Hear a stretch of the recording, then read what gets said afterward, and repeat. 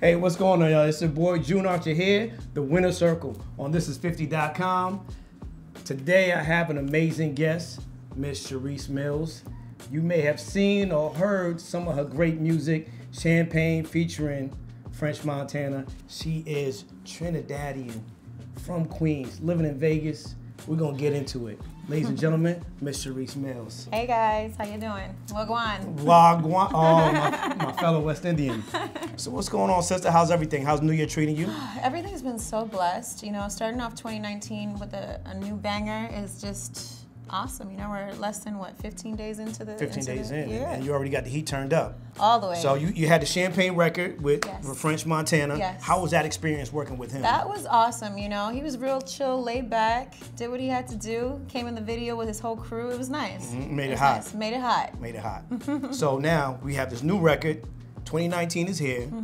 What can we expect from you with this new record? You know, I took a chance and did something real raw and edgy. I stripped away the music and just wanted it to be like just the guitar and my vocals. Right. You know, nothing, it's not radio, but it's just real sexy and raw. Because I wanted people to see or feel emotion through this song. And the only way to do that is to really hear and let it hit the heart. Strip away some of the layers. Yes, okay. Strip it away, and that's what I did with this record. Now, for those who don't know, you were classically trained in opera.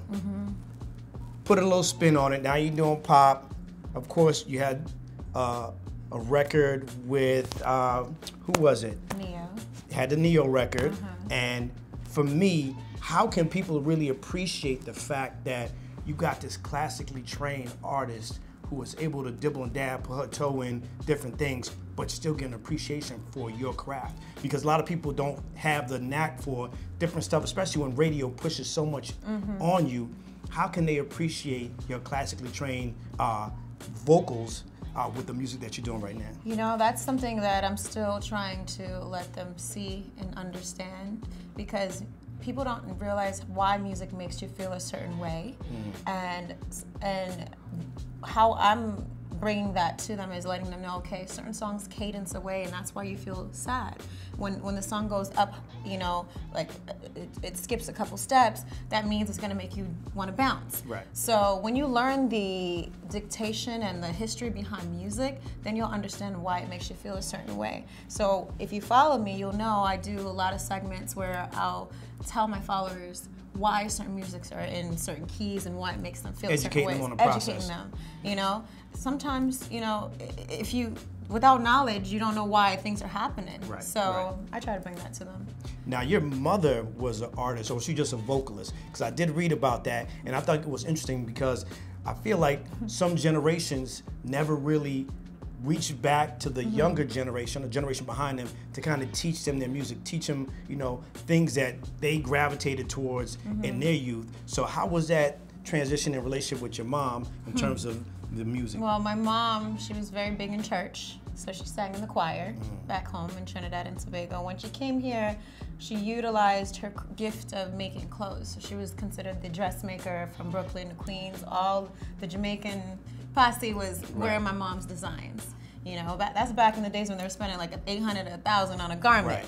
You know, fast forward, she's still doing fashion. She did not want me to be in the music business or anything in the entertainment world, because she knew how hard it is as a woman doing that. Right. You know. And you guys got to start a clothing line. Is it C'est moi? C'est moi. C'est moi. Which means see me in French. So, you know, I want you to see me through my clothes and what I'm doing, and what you wear represents how you feel, or how, you know, what you're about. And if you notice with my fans, I try to stay as positive as I can. You don't see me doing all them twerking videos. You don't see me exposing myself. Nothing too crazy. No. You know, of course, you know, I can go on vacation and wear a bikini, but I'm not one of those. I want to be positive, and I want to show people that you can be sexy and still be classy with whatever you're wearing. So my clothing line represented that.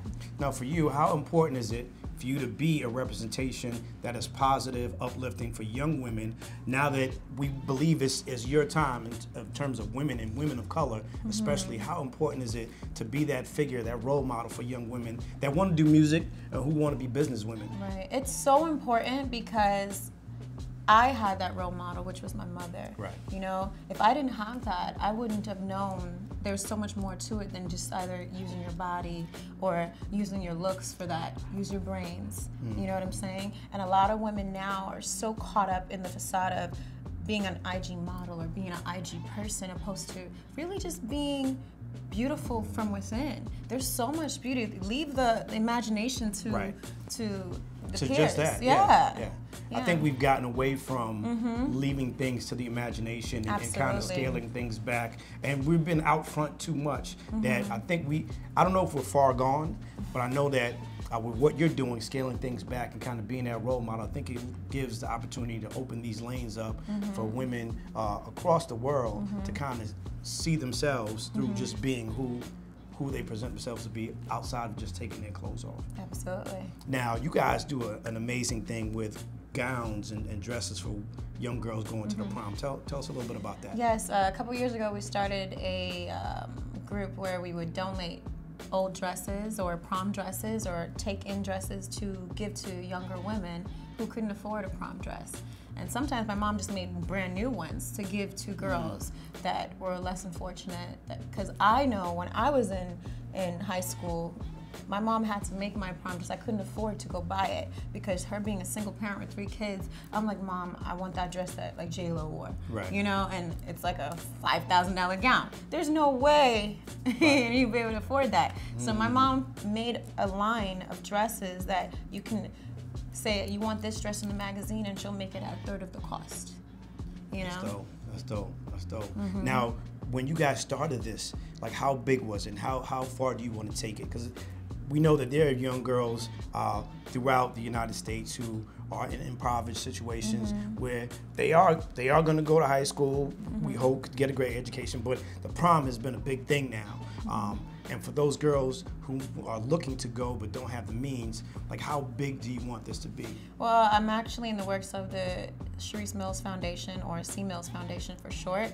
And that's one of the things that I'm working on, to give back to, you know, the students in the schools, not just with prom and things to wear, but also music instruments, because we're losing sort of getting training of how to even play certain instruments and whatnot, and schools are losing the budget for that. And if it wasn't for my music teacher in high school, I wouldn't have been where I am today. So also giving grants to teachers to want to have the joy in teaching kids. Instead of doing it for a check, they're doing it for the love of it, you know? So I want to start back doing programs with that. So I'm just in the works of doing all of that. I want it to be big. Right. All right. As big as I can make it. So if you have prom dresses, some of y'all are too old to go to the prom. Y'all know who I'm talking about. Yeah. And you have some stuff in the closet, check out the C Mills Foundation. Make sure we're going to figure it out. We're going to post some stuff. Donate and it. we're going to, this June, we're going to make sure that as many girls as we can, young women throughout the United States, get prom dresses. I'm going to probably start in my home state. I'm going to help and make sure we're going to brand it properly, and we're going to make sure that happens. And with Instagram, you can only wear outfit so many times, once or twice. Like, so if you have gowns and dresses there, I know I have many from like red carpet events. So I'll have companies that will either sponsor things, and I'll tell them, you know, instead of me sending it back, can I gift it to somebody? And they're like, oh, okay. And I do that many times. That's awesome. So, you know, you can do so much being in the industry if you really want to. Trinidadian. Yes. Are we going to hear any influence with the opera and the pop with what you're doing in your music? Because that's big, though. Being a West Indian, you know, you have to represent. So tell us, what can we expect on that side of things? Well, I'm actually in the talks of that too. I know Marshall Montana very well. He's a very close friend of mine. Nice. And you know, it's just a matter of timing, 1, and 2, finding the right record that will make the crossover work. You know what I mean? Right. So it's in the works. I have a really good friend of mine from the Bahamas too, Julian Believe. He actually writes a lot of my music. And you'd be surprised, even my single Champion, Heart of a Champion, it's real sing-songy, because Caribbean, with soca music, it's like that. Just the cadence of it. It's the cadence of it. Cadence is so trust and believe, there's plenty. I don't know if you heard it, Put in Work. That was a little Caribbean-ish. Oh, okay, You want to touch my bumper. I know you wanna. See, I'm West Indian, so you know what bump I mean. Oh, of course, I sure do. And back in the day, we used to pull up on them. So now you talk about patience and finding the right timing for you. This journey can take you places that you never thought you would go. There are ebbs and flows. How important is it for those who, whether they want to become a recording artist, whether they're going to school, whatever it is that they're trying to achieve, how important is patience in the process of wanting to achieve anything? You know, you just hit it right on the money, because just the other day, my birthday just passed, by the way. Happy belated. Thank you. I was sitting When with was my your birthday? girlfriends on the 12th. Of December? No, January? Literally just passed. See, we would have threw a party and everything. We would have a big soca party or something. Oh gosh. So just the other day, we were talking about what I want to work on more this year, and it was patience. You know, it took me a long time to even get to where I am now. A lot of people look at me like, Cherise, you're still doing that. Why didn't you just switch up? Why didn't you move? You know, Rome wasn't built in a day. And if this is something you're really doing for the love of it, for the passion, and for the right reasons, you're gonna keep going for it. You know, a lot of the greats, people think, oh, you just blow up like that. No, you don't realize the years of hard work and transition and development it takes to be where you are. And I'm an independent artist. So it's even that much more.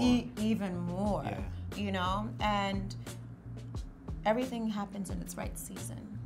Oh, most certainly. And in the music business, it's a 10-year spin of the wheel.